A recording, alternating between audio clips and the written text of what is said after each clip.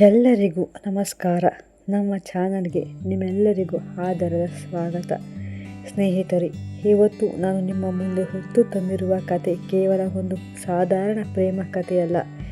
ಇದು ಮಲೆನಾಡಿನ ಹಸಿರ ಮನೆಯಲ್ಲಿ ಅಡಗಿರೋ ಪ್ರೀತಿ, ಕೌಟುಂಬಿಕ ಗೌರವ, ತಲೆಮಾರುಗಳ ಹಗೆತನ ಮತ್ತು ಒಂದು ಯುವಕ ಅಚಲವಾದ ಹಠದ ಮಹಾಕಾವ್ಯ.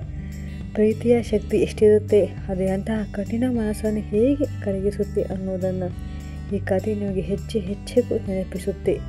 ಈ ಕತೆ ತುಂಬನೇ ರೋಮಾಂಚನಕಾರಿಯಾಗಿದೆ ಮತ್ತು ಅಷ್ಟೇ ಭಾವನಾತ್ಮಕವಾಗಿದೆ. ಎಲ್ಲೂ ಸ್ಕಿಪ್ ಮಾಡದೆ ಕೊನೆಯವರೆಗೂ ಕೇಳಿ. ಬನ್ನಿ, ಇವತ್ತಿನ ಈ ಸುಂದರ ಕಥೆಯನ್ನು ಶುರು ಮಾಡೋಣ. ಹೃದಯದ ಹಾದಿ ಮತ್ತು ಬೆಸೆದ ಬಂಧ ಭಾಗ 1. 2 ಭಿನ್ನ ಧ್ರುವಗಳು ಮತ್ತು ಹಳೆಯ ದ್ವೇಷದ ಇತಿಹಾಸ. ಮಲೆನಾಡಿನ ದಟ್ಟವಾದ ಕಾಡುಗಳು, ಬೆಟ್ಟಗಳ ಸಾಲು, ಅದರ ಮಧ್ಯೆ ಸದಾ ಹರಿಯುವ ಕಪಿಲ ನದಿ. ಈ ನದಿಯ ದಡದಲ್ಲಿ ಇತ್ತು ರಾಮನಗರ ಎಂಬ ಸುಂದರ ಹಳ್ಳಿ. ಆ ಊರಿನಲ್ಲಿ ಜಗದೀಶ್ ಗೌಡರೆಂದರೆ ಕೇವಲ ಒಬ್ಬ ಜಮೀನುದಾರರಲ್ಲ, ಅವರೊಂದು ಅಲಿಖಿತ ಕಾನೂನು. ಊರಿನ ಅರ್ಧದಷ್ಟು ಅಡಿಕೆ ತೋಟ, ಗದ್ದೆಗಳು ಅವರ ಹೆಸರಲ್ಲೇ ಇದ್ದವು. ಜಗದೀಶ್ ಗೌಡರಿಗೆ ತಮ್ಮ ಕೌಟುಂಬಿಕ ಗೌರವ, ಅಂತಸ್ತು ಮತ್ತು ಅಹಂಕಾರವೇ ಪ್ರಾಣವಾಗಿತ್ತು. ಅವರ ಮನೆಯ ಏಕೈಕ ಪುತ್ರಿ ಕಾವ್ಯ ಬೆಂಗಳೂರಿನ ಪ್ರತಿಷ್ಠಿತ ಕಾಲೇಜಿನಲ್ಲಿ ವಿದ್ಯಾಭ್ಯಾಸ ಮುಗಿಸಿ ಇತ್ತೀಚೆಗಷ್ಟೇ ಹಳೆಯ ಮಣ್ಣಿಗೆ ವಾಪಸ್ ಬಂದಿದ್ದಳು. ನಗರದ ಗಾಳಿ ಸೋಕಿದರೆ ಕಾವ್ಯಳ ಮನಸ್ಸು ಮಾತ್ರವಲ್ಲ, ಹಳ್ಳಿಯ ನದಿಯಷ್ಟೇ ಪವಿತ್ರವಾಗಿತ್ತು. ಎಲ್ಲರನ್ನೂ ಪ್ರೀತಿಯಿಂದ ಮಾತನಾಡಿಸುವ ಆಕೆಯ ಸರಳತೆಗೆ ಇಡೀ ಊರು ನರಳಾಗಿತ್ತು. ಆದರೆ ಆಕೆಯ ತಂದೆಯ ಕಠಿಣ ಸ್ವಭಾವಕ್ಕೆ ಇಡೀ ಊರು ನಡುಗುತ್ತಿತ್ತು. ಅದೇ ಊರಿನ ಇನ್ನೊಂದು ತುದಿಯಲ್ಲಿ ಒಂದು ಸಣ್ಣ ಹಂಚಿನ ಮನೆಯಲ್ಲಿ ವಾಸವಾಗಿದ್ದವನೇ ರಾಮ್. ಕಟು ವಾಸ್ತವದ ದೇಹ, ಕಣ್ಣುಗಳಲ್ಲಿ ಸದಾ ಜಗತ್ತನ್ನೇ ಎದುರಿಸುವ ಧೈರ್ಯ ಮತ್ತು ಹೃದಯದಲ್ಲಿ ಕಪಟವಿಲ್ಲದ ಪ್ರೀತಿ ಅವನಲ್ಲಿತ್ತು.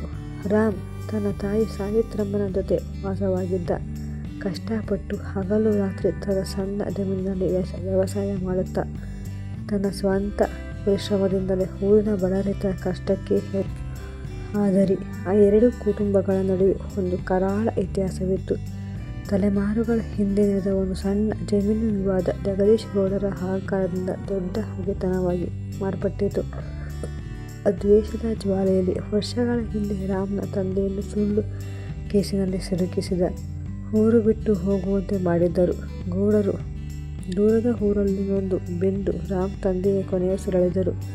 ತಾಯಿ ಸಾವಿತ್ರಮ್ಮ ಈ ಎಲ್ಲ ನೋವು ಅವಮಾನಗಳನ್ನು ಎದೆಯಲ್ಲಿ ಕೂರಿದುಕೊಂಡು ಮಗನನ್ನು ಒಬ್ಬ ಸಿಂಹದಂತೆ ಬೆಳೆಸಿದ್ದಳು. ಒಂದು ದಿನ ಮಲೆನಾಡಿನಲ್ಲಿ ಮುಂಜಾನೆಯ ಮಂಜು ಮುಸುಕಿದ ವಾತಾವರಣವಿತ್ತು. ಕಾವ್ಯ ತನ್ನ ತೋಟದ ಕಡೆಗೆ ಸ್ಕೂಟರ್ನಲ್ಲಿ ಹೊರಟಿದ್ದಳು. ಕಿರಿದಾದ ಅಂಕುಡೊಂಕಾದ ರಸ್ತೆಯ ಆ ತಿರುವಿನಲ್ಲಿ ಎದುರಿನಿಂದ ವೇಗವಾಗಿ ಬಂದ ಎತ್ತಿನ ಬಂಡಿಯೊಂದು ಅವಳ ಕಣ್ಣಿಗೆ ಬಿತ್ತು. ಗಾಬರಿಯಾದ ಕಾವ್ಯ ಸ್ಕೂಟರ್ ಬ್ರೇಕ್ ಹಾಕಿದಳು. ಆದರೆ ರಸ್ತೆಯ ಪಕ್ಕದಲ್ಲಿದ್ದ ಜಿಡ್ಡು ಮಣ್ಣಿನಿಂದ ಸ್ಕೂಟರ್ ಸ್ಪೀಡಾಗಿ ಪಕ್ಕದಲ್ಲೇ ಇದ್ದ ಆಳವಾದ ಕದಕಕ್ಕೆ ಬೀಳಲು ಹೊರತೊಡಗಿತು. ಸಾವು ಕಣ್ಣೆದುರೇ ಕಾಣಿಸಿದ ಆ ಕ್ಷಣದಲ್ಲಿ ಕಾವ್ಯ ಜೋರಾಗಿ ಕಿರುಚಿದಳು, ಅಯ್ಯೋ!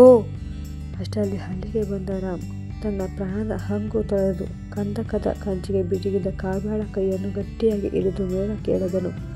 ಸ್ಕೂಟರ್ ಕೆಳಗೆ ಬಿದ್ದು ಪುಡಿ ಪುಡಿ ಆಯಿತು. ಆದರೆ ಕಾವ್ಯ ರಾಮ್ನ ಎದೆಗೆ ಹೊರಗೆ ಸುರಕ್ಷಿತವಾಗಿದ್ದಳು. ಕಾವ್ಯ ಭಯದಿಂದ ನಡುಗುತ್ತಾ ಕಣ್ಣು ಬಿಟ್ಟು ರಾಮ್ನ ಕಣ್ಣುಗಳನ್ನು ನೋಡಿದಾಗ ಆ ಕಣ್ಣುಗಳಲ್ಲಿ ಅವಳಿಗೆ ಇಡೀ ಜಗತ್ತೇ ಸುರಕ್ಷತೆ ಕಂಡಿತ್ತು. ಆ ಮೊದಲ ಭೇಟಿಯಲ್ಲಿ ಇಬ್ಬರ ಹೃದಯದಲ್ಲೂ ಪ್ರೀತಿಯ ಮೊದಲ ಮಳೆ ಹನಿ ಬಿದ್ದಿತ್ತು. ಭಾಗ 1 ಮುಕ್ತಾಯ. ಮೊದಲ ಭೇಟಿಯಲ್ಲಿ ರಾಮ್ ಮತ್ತು ಕಾವ್ಯಳ ಮಧ್ಯೆ ಪ್ರೀತಿಯ ಅಂಕುರವಾಗಿದ್ದೆ. ಆದರೆ ಇಬ್ಬರ ಪ್ರೀತಿ ಕೇವಲ ರಹಸ್ಯವಾಗಿ ಉಳಿಯುತ್ತಾ ಒಂದು ವೇಳೆ ಇವ ಪ್ರೀತಿಯ ವಿಷಯ ಈ ಕ್ರೂರ ಜಗದೀಶ್ ಗೌಡರಿಗೆ ಕಿವಿಗೆ ಬಿದ್ದರೆ ಏನಾಗಬಹುದು? ರಾಮ್ನ ಬದುಕಿಗೆ ಯಾವ ಬಿರುಗಾಳಿ ಕಾದಿದೆ? ತಿಳಿಯಲು ಮುಂದಿನ ಭಾಗವನ್ನು ತಪ್ಪದೇ ನೋಡಿ. ದಯವಿಟ್ಟು ಈ ಕತೆ ನಿಮಗೆ ಇಷ್ಟವಾಗಿದ್ದರೆ ಲೈಕ್ ಮಾಡಿ, ಶೇರ್ ಮಾಡಿ, ಕಮೆಂಟ್ ಮಾಡಿ, ಹಾಗೆ ಸಬ್ಸ್ಕ್ರೈಬ್ ಮಾಡಿಕೊಂಡು ಪಕ್ಕದಲ್ಲಿರುವ ಬೆಲ್ ಐಕಾನ್ ಒತ್ತಿ. ಮುಂದೆ ಬರುವ ಎಲ್ಲ ಎಪಿಸೋಡ್ಗಳು ಎಲ್ಲರಿಗಿಂತ ಮುಂಚೆ ನಿಮ್ಮ ಮೊಬೈಲ್ಗೆ ಬರುತ್ತದೆ. ದಯವಿಟ್ಟು ಲೈಕ್ ಮಾಡಿ ನಮ್ಮನ್ನು ಪ್ರೋತ್ಸಾಹಿಸಿ. ನಿಮ್ಮ ಪ್ರೋತ್ಸಾಹ ನಮಗೆ ಸಹಕಾರ. ಸಬ್ಸ್ಕ್ರೈಬ್ ಮಾಡಿಕೊಳ್ಳಿ. ಧನ್ಯವಾದಗಳು.